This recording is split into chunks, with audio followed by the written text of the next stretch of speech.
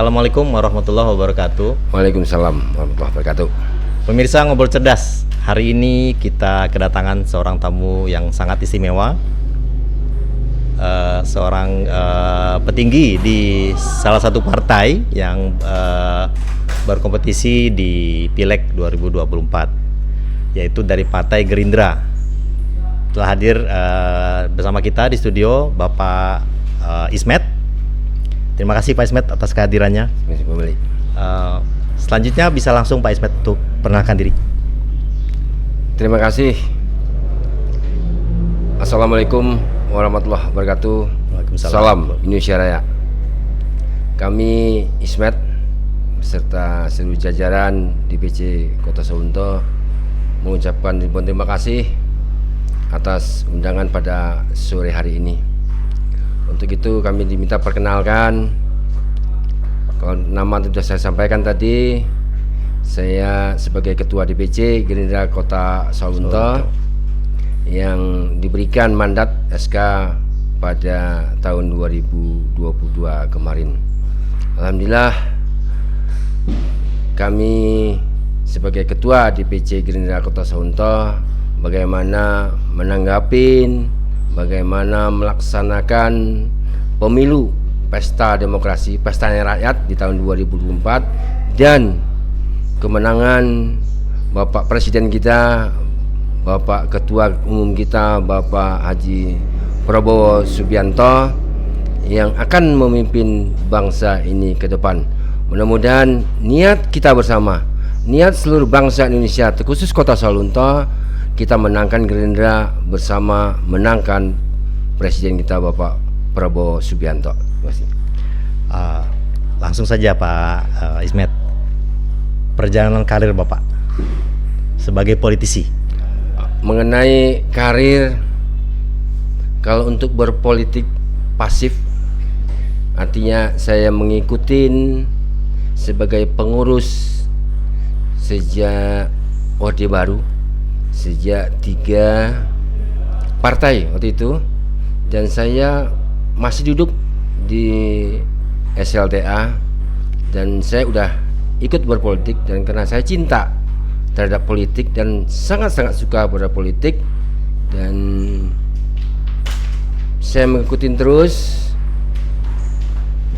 Pada tahun 2008 lah kami diberikan amanah setelah reformasi Partai PKPI, dan menjadi Ketua PKPI Kota Sawunto. Setahun kemudian 2009 kami bersama teman-teman, bersama keluarga besar PKPI Kota Sawunto mengikuti pemilu di tahun 2009. Dan saya sendiri langsung sebagai peserta pemilu dan sebagai caleg di Dapil 1 pada saat itu di Kecamatan Berangin.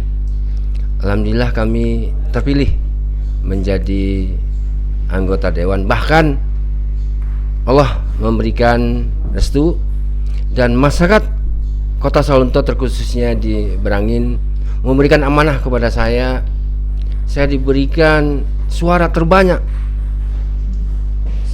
120%, dan pada saat itu satu kursi untuk di Dapil 1 Kecamatan Berangin itu kurang lebih 1.500,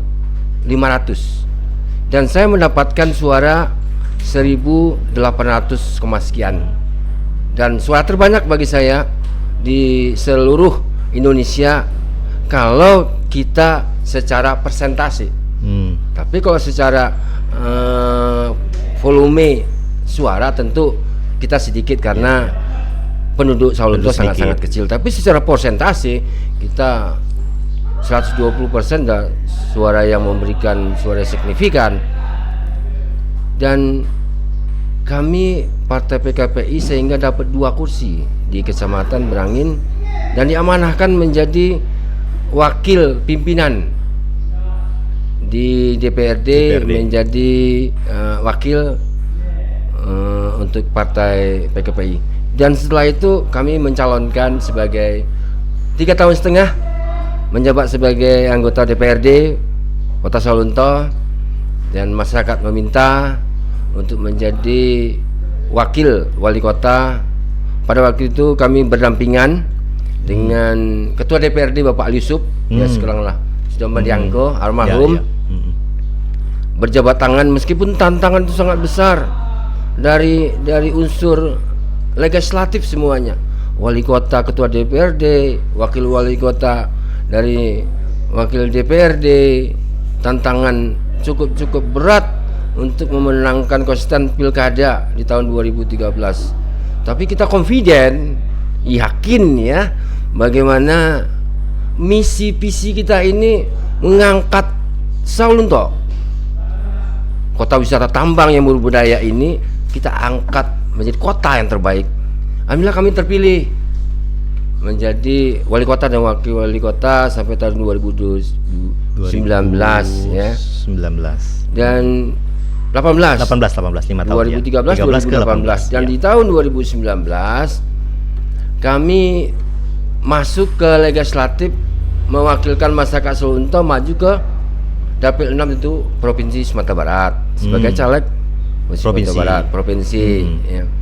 Daerah pemilihan Dapil 6 Padang Panjang, Tanah Datar, Sijunjung, nama saya dan kota kita sendiri, kota Sawalunto. Dan itu pun diberikan amanah dengan waktu yang singkat. 4-5 bulan kami memutuskan untuk maju sebagai caleg Provinsi Sumatera Barat. 5 bulan waktunya sampai ke pemilihan. Tapi namanya komunikasi sudah kita jalin, apalagi di kota Sawalunto. Kita diberikan suara 18.000. Wah, besar. 736. Menurut saya pribadi itu suara yang sangat-sangat signifikan, Pak. Sangat besar. Suara banyak.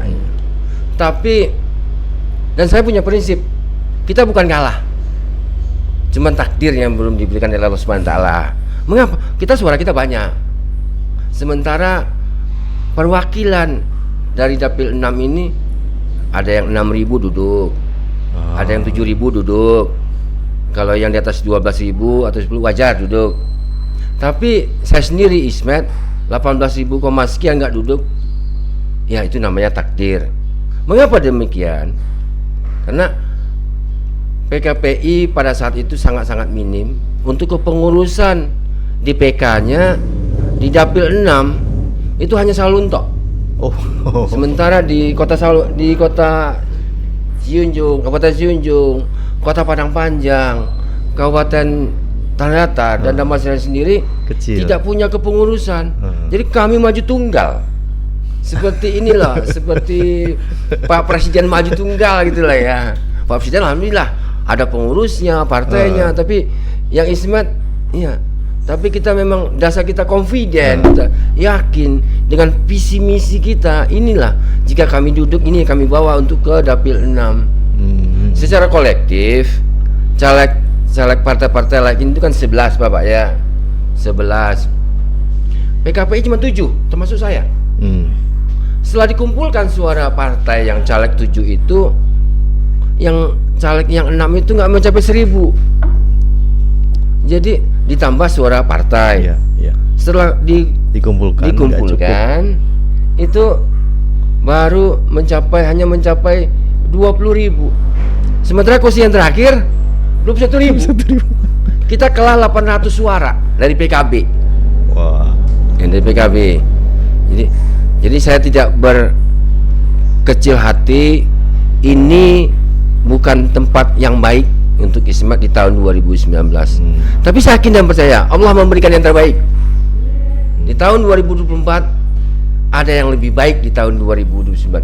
Insya Allah di tahun ini, di tahun 2024 perwakilan dari Dapil 6 dapat terwakilin dari saya. Dan sekarang saya di Partai Gerindra. Sejak bilang kapan? Saya di Partai Gerindra sejak tahun 2022 di Gerindra, diberikan amanah oleh DPD Bapak Andri Rosade untuk meneruskan kepengurusan di DPD Kota Sawalunto. Menarik sekali perjalanan karirnya Pak Ismet. Mudah-mudahan jadi inspirasi buat teman-teman yang lain.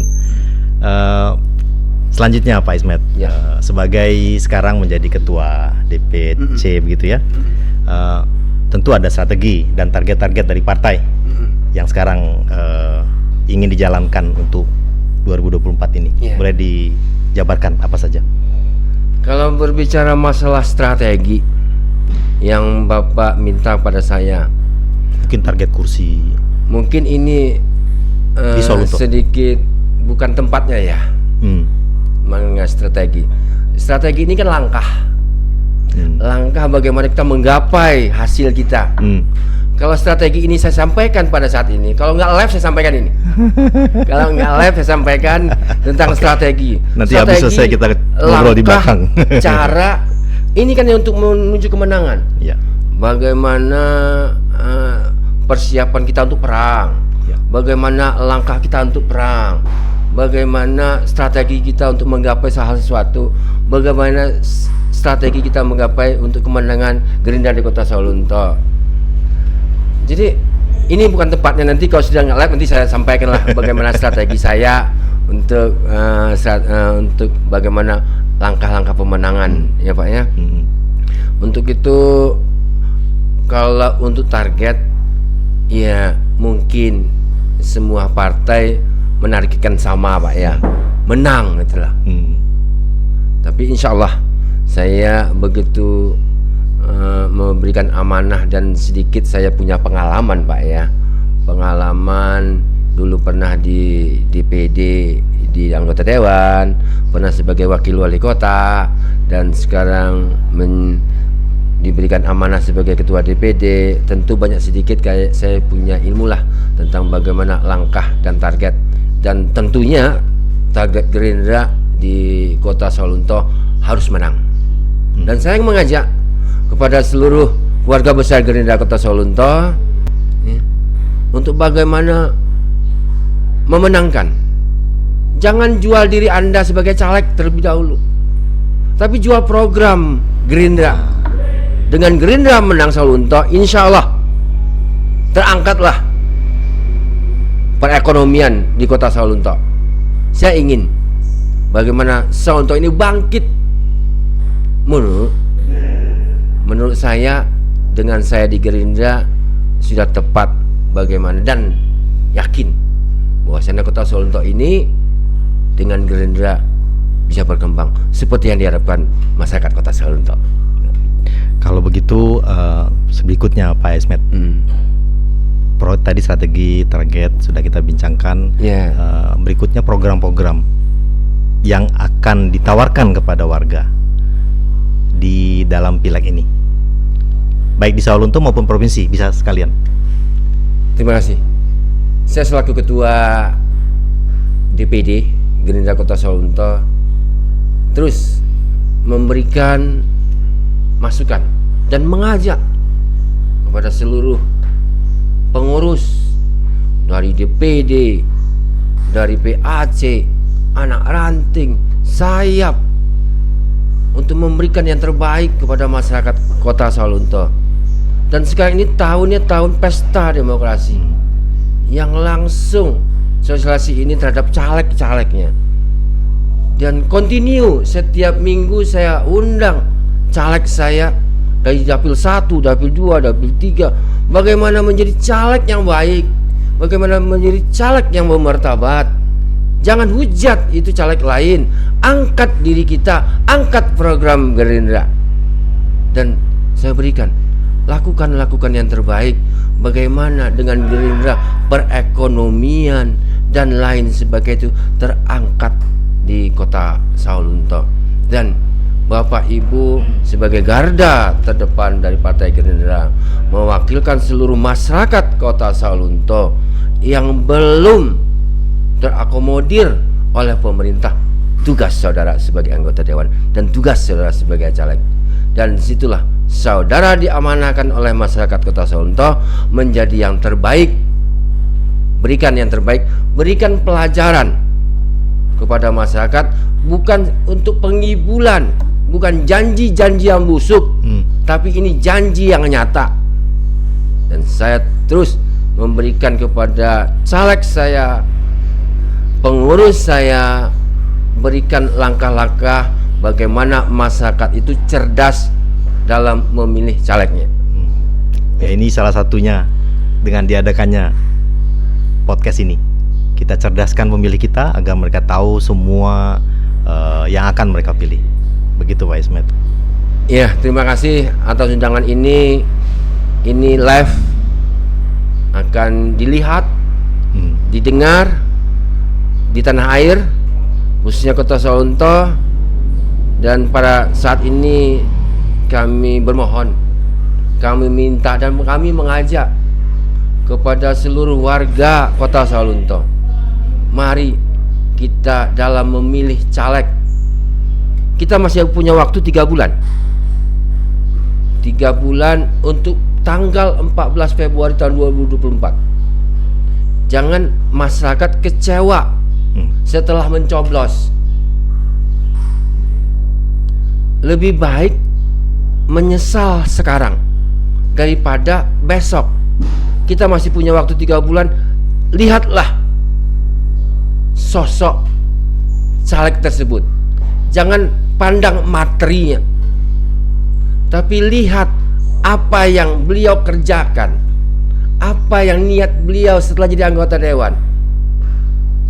Jangan bermodalkan bla-bla dalam tanda petik Soekarno Hatta. Enggak, utaknya kosong, duitnya banyak, jadi anggota dewan. Setelah duduk, anggota dewan yang kosong, enggak tahu apa yang beliau kerjakan. Lantas kita sebagai masyarakat kecewa. Dan saya mengajak, mari kita pilih caleg yang terbaik. Dan caleg Gerindra, caleg yang terbaik, saya memilih caleg Gerindra bukan sebulan 2 bulan, tapi saya sudah bidik dari 4 tahun yang lewat. Ini bakal jadi caleg saya. Kebetulan saya di Gerindra sekarang, tinggal mengambil. Ini orang-orang pilihan, orang-orang tokoh di setiap kecamatan dan negari dan desa dan kelurahan. Ini orang terbaik. Jadi jangan lihatlah materinya, tapi lihatlah sosoknya, sehingga kota kita ada pemimpin yang cerdas, yang bermartabat, yang bertanggung jawab untuk membangun negeri kita, untuk membangun kota kita. Sedikit tadi ada dibahas mengenai politik uang. Apa sikap dan pandangan Bapak, terutama partai juga, mengenai maraknya pembicaraan mengenai ini? Ya, saya berani menyampaikan politik, politik uang. Bukan mengandalkan otak, mengandalkan visi misi, tapi mengandalkan uang. Saya berani menyampaikan ini musuh besar menurut sikap saya. Kalau kita menjadi anggota dewan mengandalkan uang dan uang, siapa yang besar itu yang dipilih. Dan kalau dapat, mari kita rubah paradigma ini. Ya. Mari kita rubah cara ini. Mari kita rubah karakter yang kurang apik ini, kurang elok ini, mari kita rubah. Bagaimana money politik, bagaimana pemilihan dewan terhormat kita bukan karena uang. Jangan kita bodohin masyarakat, dan masyarakat jangan mau dibodoh-bodohin. Kita mencari perwakilan kita untuk kepentingan Sawalunto, untuk kepentingan kota, untuk kepentingan negeri kita, untuk kepentingan kampung kita. Kalau kita telah dipatokin dengan harga, jadi apa negeri kita ke depannya? Jadi apa kita? Hanya cukup jadi penonton, melihat beliau. Sementara yang kita wakilkan itu tidak tahu apa yang akan beliau kerjakan untuk ke depannya. Sekali lagi saya mengajak, mari kita perangin money politik. Mari kita rubah paradigma yang gak bagus ini, sehingga Dewan Kota Sawalunto baik itu legislatif maupun eksekutif, pemimpin yang baik, pemimpin yang bermartabat, pemimpin yang tahu dengan bawahan, pemimpin yang tahu dengan masyarakatnya. Jadi Pak, kalau boleh saya bicara sedikit Pak. Nah, boleh. Anggota dewan ini lahir dan diantarkan dari masyarakat. Jadi bahasa sombong, nggak mau tahu, itu nggak bisa. Kecuali PNS, kecuali para eksekutif seperti OPD. polisi, seperti tentara, yang beliau bekerja itu hasil dari dia sendiri. Contoh PNS misalnya atau tentara, dia berjuang untuk dapat tentara itu dari diri dia sendiri, bukan dari orang lain. Dengan kepandaian dia, dengan keahlian dia, ikut beberapa tahapan-tahapan sehingga dia terpilih jadi akabri, jadi polisi, jadi PNS, jadi pak hakim, jadi apa? Karena ahlinya sendiri. Kalau kita sebagai anggota dewan, kita lahir dari masyarakat, kita diantarkan dari masyarakat. Kalau boleh kita bicara, tuan kita itu bukan gubernur, tuan kita itu bukan bupati, tuan kita itu bukan wali kota, tuan kita itu masyarakat.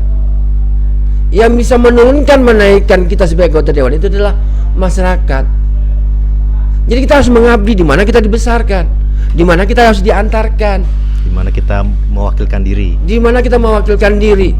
Mereka itu kita mengamanahkan kita menjadi anggota dewan karena ada harapan tersendiri bagi beliau. Kampung kami terisolir, bagaimana Pak Ismet bisa terbangun. Kampung kami secara APBD provinsi belum tersentuh.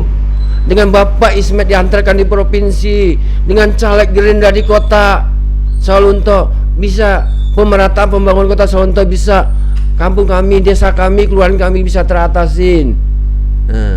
Jadi sebagai anggota dewan, taatlah kepada rakyat, karena rakyat dan masyarakat segala-galanya di bumi Indonesia ini. Kekuasaan tertinggi adalah rakyat memegang. Gitu. Terima kasih Pak Ismet, pandangan yang sangat kuat yang perlu kita sebarkan kepada masyarakat. Amin. Sebagai penutup Pak Ismet, mungkin ada pesan-pesan kepada pemirsa Ngobrol Cerdas. Amin. Kepada pemirsa Kota Sawalunto, tadi sudah saya sampaikan, dulu saya di partai PKPI. Tentu Bapak Ibu bertanya, mengapa Ismet tidak di PKPI? Kok milih Gerindra sebagai penyaluran karir politiknya? Jadi partai PKPI tidak lolos dalam mengikuti peserta pemilu di tahun 2024. Jadi saya pribadi memang bagaimana untuk membangun negeri melalui karir saya sebagai seorang politik. Dan ini tepatnya Pak Andre Rosade, pengurus DPD, memberikan amanah kepada saya untuk mengemban sebagai ketua DPD Gerindra Kota Sawalunto. Dan mengapa Gerindra yang tempat berlabuh saya untuk menjadi perwakilan di Dapil 6 termasuk keluarga besar Gerindra Kota Sawalunto? Menurut saya Gerindra suatu partai yang besar, suatu partai yang mempunyai ideologi, suatu partai yang menginginkan bangsa ini maju. Di situ terpancingnya saya berlabuh di Gerindra, dan perlu Bapak Ibu masyarakat Sawalunto secara khusus, bangsa Indonesia secara umumnya, ke depan kita butuh pemimpin yang kuat, pemimpin yang berani, pemimpin yang bermartabat, pemimpin yang punya intelektual, punya pengalaman banyak, punya ilmu yang tinggi untuk memimpin bangsa ini. Mau tidak mau, globalisasi akan datang. Semua bebas, pasar bebas, perdagangan bebas, dan diboncengi adat istiadat dan agama yang belum bisa diterima di ranah Minang, khususnya Sumatera Barat. Adat Barat itu belum bisa diterima di ranah Minang. Tapi dengan globalisasi, Bapak, dengan pasar bebas itu diboncengin. Dan pasar bebas itu bukan hanya Minang, tapi bangsa yang lemah ini akan dimakan oleh bangsa-bangsa di luar itu, bangsa yang maju. Dan Indonesia ini sangat kaya, sumber alamnya, lautnya, luasnya, potensialnya, iklimnya sangat menjanjikan untuk ke depannya. Ini dunia luar mengincar. Kalau kita tidak punya pemimpin yang tahu dan ketahanan dan bagaimana mempertahankan dan maju bangsa yang besar ini, hancur bangsa ini. Jawaban satu, Prabowo.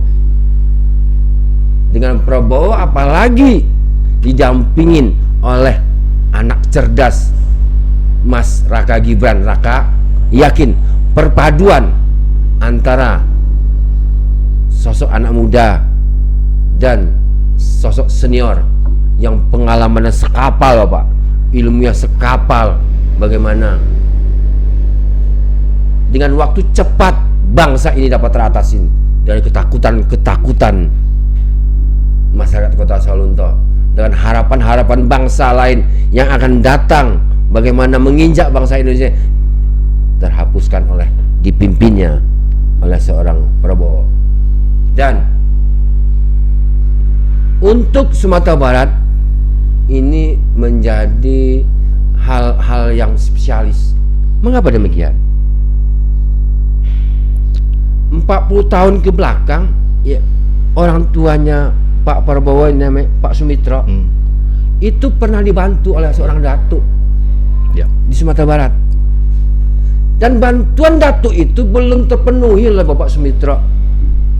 Terburu beliau meninggal. Dan niat Pak Sumitro itu diberikan amanah kepada Pak Prabowo, bangun itu Sumatera Barat.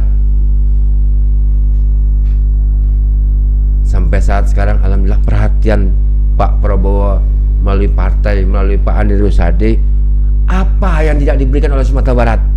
Apa? Mungkin di Sumatera Barat yang banyak begitu dapat bantuan dari APBN, APBD. Dan Pak Andre itu tangan kanannya Pak Prabowo. Pak Andre Rosade itu bangun Sumatera Barat. Ini janji orang tua saya. Dan doakan, mari kita doakan Sumatera Barat. Saya jadi presiden. Kalau Pak Prabowo jadi presiden, Pak Andre bawa ke Sumatera Barat dapat apa? Berlian loh, berlian dapat kita. Andre Rosade rasa apa? Sumandonya orang Minang, Sumandonya Silungkang. Resiko. Silungkang siapa? Bagian dari Kota Sawalunto.